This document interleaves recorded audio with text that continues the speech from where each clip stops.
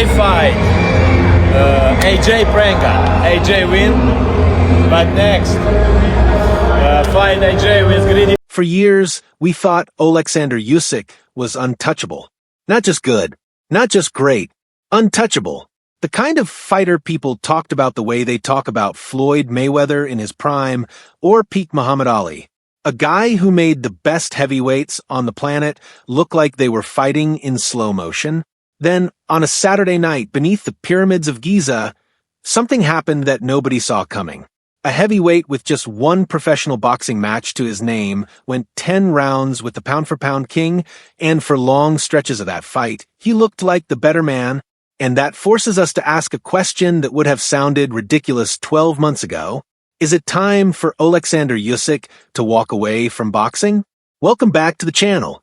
Today, we're doing a full breakdown of Usyk versus Rico Verhoeven, why this fight was so much closer than almost anyone predicted, what it actually revealed about Usyk at this stage of his career, and whether the smartest move for the greatest heavyweight of this generation is to retire right now while he's still on top. Let's start with where Usyk stood before this fight, because context matters here. This wasn't some fringe contender stepping into the ring with a legend. This was, by nearly every reasonable measure, the best heavyweight on the planet. Undisputed, undefeated, a resume that reads like a list of who's who in modern heavyweight boxing. He beat Anthony Joshua. Not once, but twice. He beat Tyson Fury, arguably the most gifted heavyweight of his era, a man who many considered unbeatable at his best. And he beat Daniel Dubois also twice. That's 3 of the biggest, most dangerous names in the division, 6 total fights between them, and Usyk didn't lose a single one. Think about how rare that is. Elite heavyweights getting a second opportunity, a chance to make adjustments, to study the tape, to come back with a new game plan, and still finding no answers. And then last July at Wembley Stadium in front of a packed house, Usyk did something that felt almost unfair to the rest of the division. He knocked out an informed Daniel Dubois in just 5 rounds. Not a decision. Not a grinding, chess match victory. A stoppage. Emphatic, clean, and fast. That night, it looked like Usyk wasn't just still elite, he was somehow improving. Getting sharper. Finally carrying real knockout power at heavyweight, something people had questioned about him for years, given his background moving up from cruiserweight. I remember watching that fight and thinking this man is defying the laws of boxing and age at the same time. So that's the man who walked into Cairo. A 39-year-old, sure, but a 39-year-old who looked, if anything, better than he had a few years earlier. Now, let's talk about what actually happened against Rico Verhoeven, because this is where the story gets uncomfortable for Usyk fans. Verhoeven is, without question, a legend in kickboxing.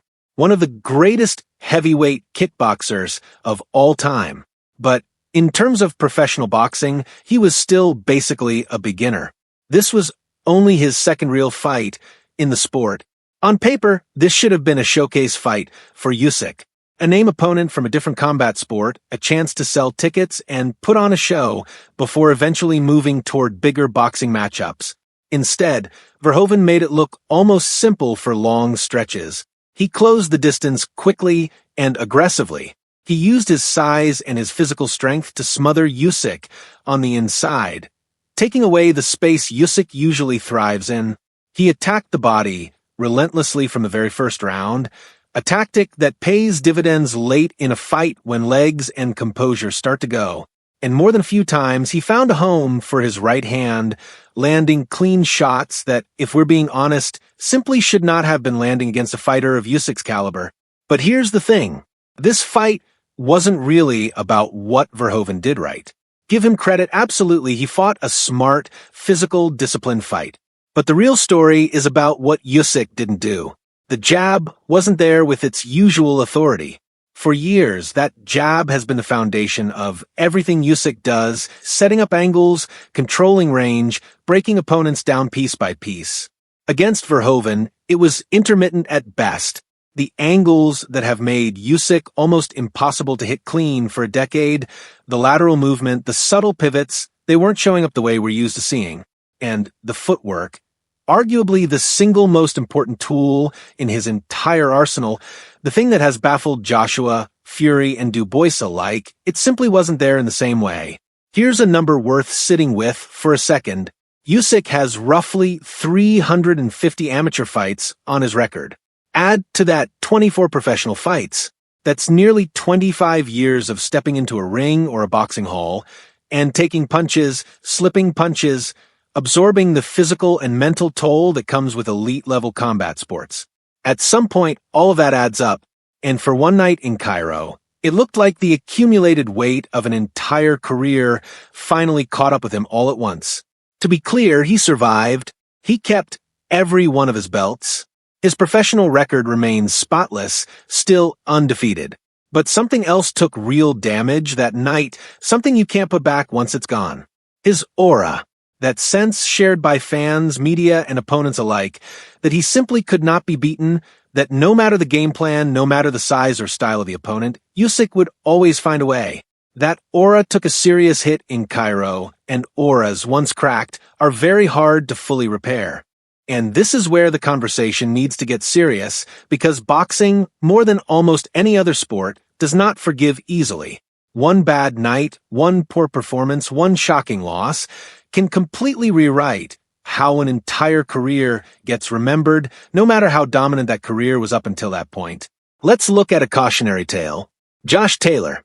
This is a fighter who made history, the first British boxer ever to become undisputed champion in the four-belt era. That is not a small accomplishment. That's genuinely historic, a career-defining achievement that should have secured his legacy regardless of what came next. He had the opportunity right there to walk away on top. Undisputed champion, mission accomplished, legacy locked in. Instead, he chose to keep fighting. And what followed was 3 consecutive losses. 3. And now, when people talk about Josh Taylor's career, the conversation isn't primarily about the historic undisputed run anymore. It's shifted toward the decline, the losses, and uncomfortable questions about whether he was ever quite as good as everyone believed during his peak. That's the danger of staying in the sport one fight or 1 year too long. It doesn't just add a loss to your record. It can retroactively change how people view everything that came before it. Usyk still has the opportunity to avoid that exact fate. And here's the honest, clear-eyed assessment of where things stand. Could Usyk beat Rico, Verhoeven again, in an immediate rematch? Probably yes. He'd likely make adjustments, tighten up defensively, and find a way to win more comfortably. Could he then get past a dangerous contender like Ajit Kabale after that? Maybe. It's plausible. But here's the question that actually matters, the one worth asking honestly. Why gamble a flawless, undefeated legacy in order to prove something he has already proven repeatedly against the very best fighters of his generation? He's beaten everybody who mattered. He's unified the heavyweight division, which is one of the hardest things to accomplish in all of combat sports. There is genuinely nothing left on his resume that needs adding. No signature when that's missing. No unfinished business that would elevate his legacy further. The list of fighters throughout boxing history who managed to leave the sport at exactly the right moment, undefeated or as reigning champions, with their legacy fully intact, is remarkably short. Terence Crawford, Andre Ward, Joe Calzaghe. These are the names that come up again and again in conversations about fighters who got the timing right.